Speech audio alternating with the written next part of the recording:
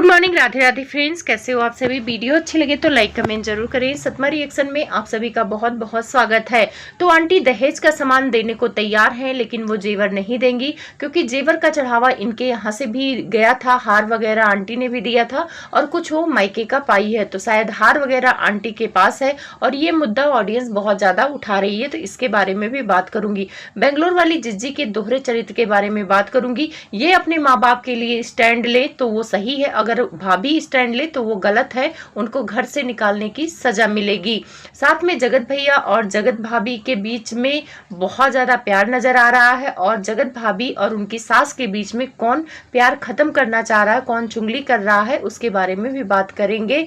तो बहुत सारी बातें हैं। अगर आप चैनल पे नए हैं तो प्लीज सब्सक्राइब कर लें। वीडियो अच्छी लगे तो लाइक कमेंट जरूर करें। तो माता जी का वीडियो आया था जिसमें उन्होंने टारगेट किया था छोटी बहू का, कि जब लड़ाई झगड़ा होता है तो लोग या तो ससुराल जाते हैं या तो मायके जाते हैं। तो मायके से तो कोई पूछने आ नहीं रहा है छोटी बहू को, तो मायके कहाँ जाए, ये बात आंटी कहना चाह रही हैं। तो देखो आंटी, आप लोगों की लड़ाई कंटेंट की है और छोटी बहू के माँ बाप समझदार हैं। वो अभी बीच में आ जाए ना तो आप ही बैठ के ज्ञान दोगी कि कैसे माँ बाप है बेटी का घर बिगाड़ रहे हैं। अभी वो बीच में नहीं बोल रहे हैं, तब आप उनको फ्रेम में बीच में लाना चाहती हैं ताकि वो गाली खाएं। आंटी को गाली पड़ रही है, गाली नहीं पड़ रही है, पॉइंट लिख रहे हैं लोग इनके बारे में, तो उसको गाली का नाम दे रही हैं आंटी। लेकिन आंटी चाहती है कि अब गाली का ट्रांसफर समधिन के तरफ हो जाए। अब लोग ये कहें कि कैसे माँ बाप हैं जो छोटी बहू को अपने घर नहीं ले जा रहे, अपने मायके नहीं ले जा रहे हैं। तो आप आंटी का माइंड गेम समझो कि वो क्या बोलती हैं और उस बोलने के पीछे उनका क्या लॉजिक होता है। तो लॉजिक यही होता है। अब यहाँ पर जेवरों को लेकर बहुत सवाल उठ रहा है। मैंने अपनी जो वीडियो अभी डाली है उसमें थोड़ा सा बात किया था जेवर का, कि हाँ जेवर उसके पास शायद उसके खुद के जेवर हैं, जो थोड़े बहुत जेवर हैं। बाकी इनके जो जेवर होते हैं वो लॉकर में रखे जाते हैं और वो आंटी के पास होते हैं। बहू ने ये बात कहा था कि मम्मी रखती है जेवर लॉकर में, और ये बात छोटी बहू के भी एक बार ब्लॉग में उसने बोला था कि जेवर वगैरह मम्मी ही रखती है। तो इसी बात का मुद्दा ऑडियंस बना रहे हैं, और ये मुद्दा तब से उठने लगा है जब छोटी बहू के एक चैनल पे एक ब्लॉग आया है, कल आया है शायद, कि वो पायल दिखा रही है जो सामान है उसके पास। तो उसने थंबनेल डाल दिया है कि मेरे पास जो बचे हैं चीज वो सारी चीजें मैं दिखा रही हूँ। तो बच्चे का क्या मतलब कि बाकी का सामान कहीं और गया है, कहाँ इशारा कर रही थी वो तो मुझे नहीं समझ में आ रहा है। लेकिन ऑडियंस समझ रही थी, और ऑडियंस मेरे को भी कमेंट कर रही है कि दीदी आंटी उसका जेवर नहीं देंगी। इस बारे में मेरा पॉइंट है कि देखो जेवर का मामला बहुत बड़ा हो रहा है। वैसे दहेज का सामान देने को तैयार है आंटी, वो खुद वीडियो बनाकर बोल रही है कि सारा सामान लेके जाओ, कमरा खाली कर दो। वैसे कमरा खाली कराने का ये प्लान है कि बेड और अलमारी उठाकर ले जाएगा तो कमरा खाली हो जाएगा, तो कमरा आंटी के उपयोग में आ जाएगा। और मेन यही मुद्दा है आंटी का, इसीलिए बोल रही है कि अपना सामान ले जाओ, क्योंकि आंटी को भी बेड और अलमारी का लालच तो है नहीं, उनके पास पहले से है, और बस उनको कमरे का ही लालच है। और कमरे की ही वजह से ये महाभारत हुआ है, क्योंकि उनको कमरा छोटे नवाब को नहीं देना है। लेकिन छोटे नवाब को कमरा खाली नहीं करना चाहिए, अपना सामान जो ले जाना है ले जाए, उस कमरे में लॉक लगा दे या वैसे ही खुला छोड़े, लेकिन अपना सामान वहीं रखे।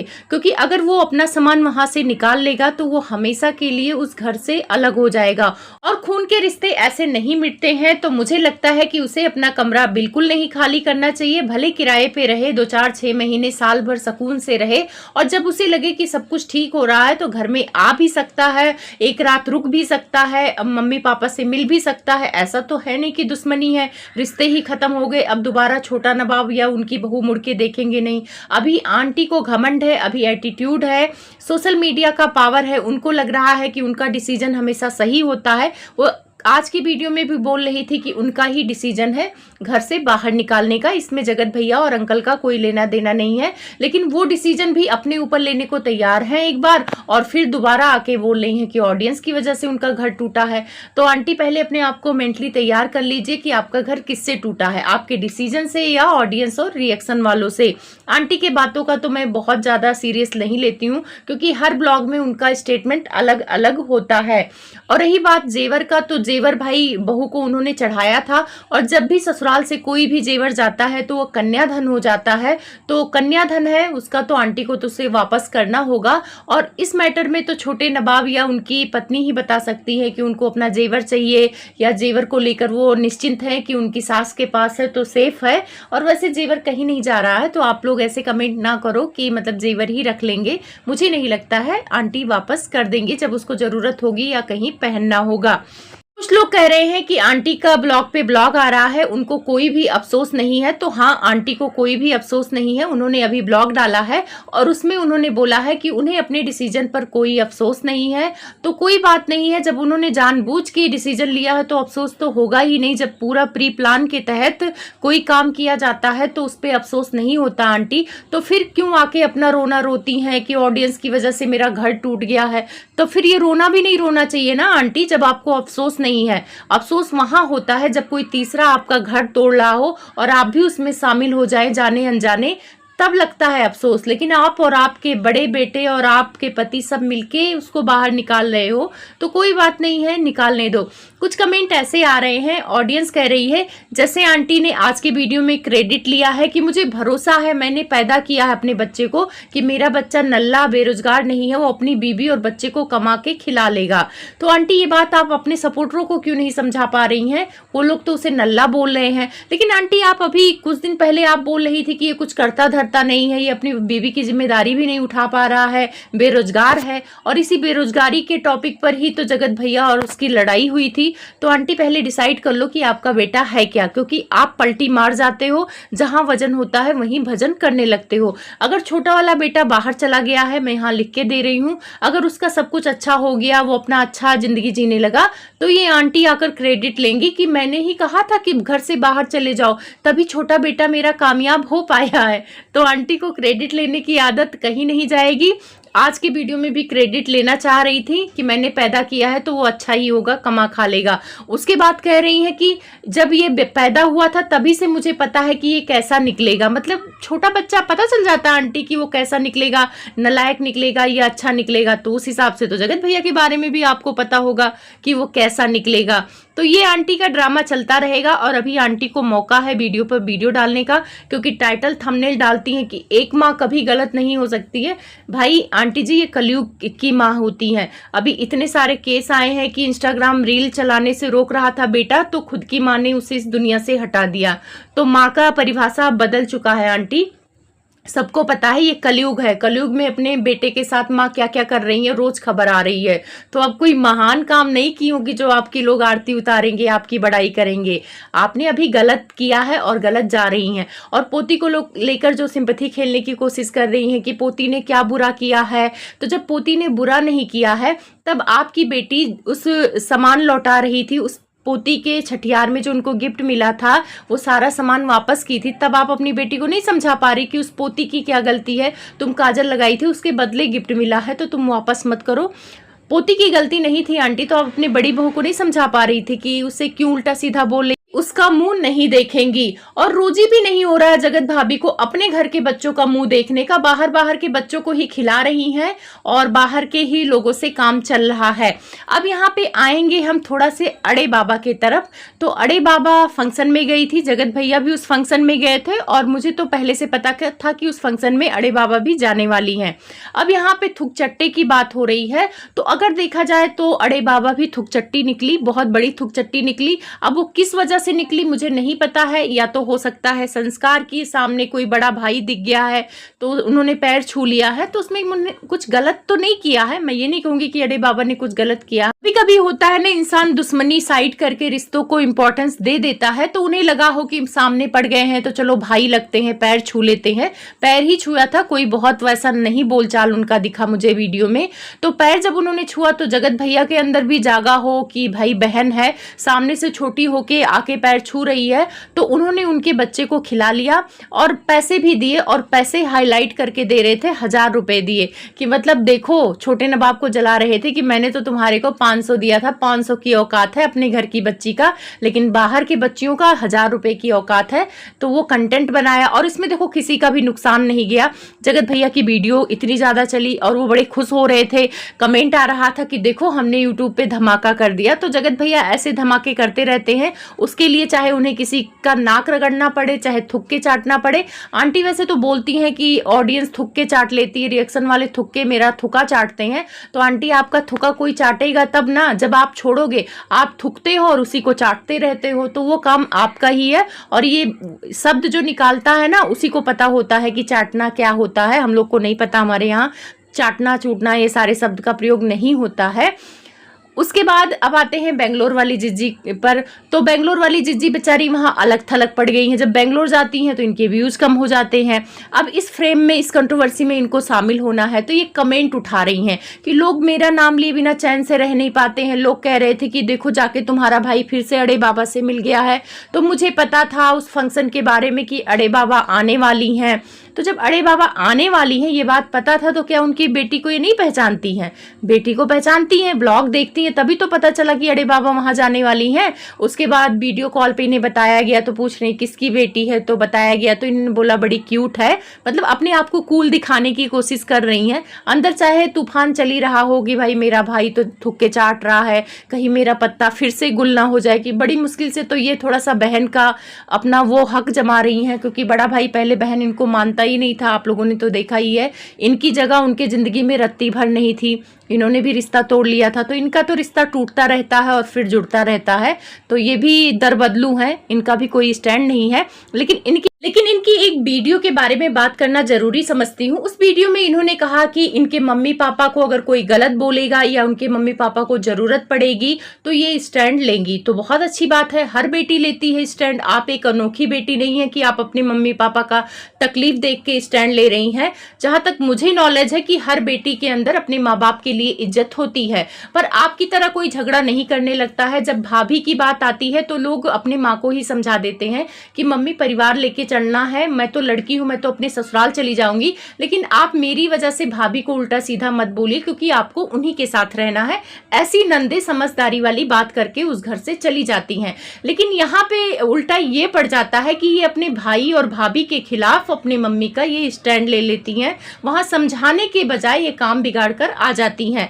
अब ये कहती हैं कि मैं तो स्टैंड लेती हूँ, मैं लोगों से रिश्ता बना के रखती हूँ। अगर सामने वाला मेरे माँ बाप में अगर 100 गलतियां हो तो मैं 1% वो अच्छाई देख के रिश्ता बनाऊंगी। तो ये कहीं ना कहीं छोटे नवाब को टारगेट कर रही थी। तो आप अच्छाई देखकर अगर रिश्ता बनाती हैं 1% का, तो आप ये चीजें अपने छोटे भाई में भी देख सकती हैं, आप अपनी भाभी में देख सकती हैं। अगर माँ की कमियों को नजरअंदाज करके उनकी अच्छाई पे फोकस करती हैं, तो आप अपने भाई के भी कमियों का नजरअंदाज करके अच्छाई पे फोकस कर सकती हैं, उनसे भी आप रिश्ता सही कर सकती हैं। पर इनका नियम अलग अलग है, माँ बाप के साथ अलग रहेगा, भाई भाभी के लिए अलग नियम रहेंगे।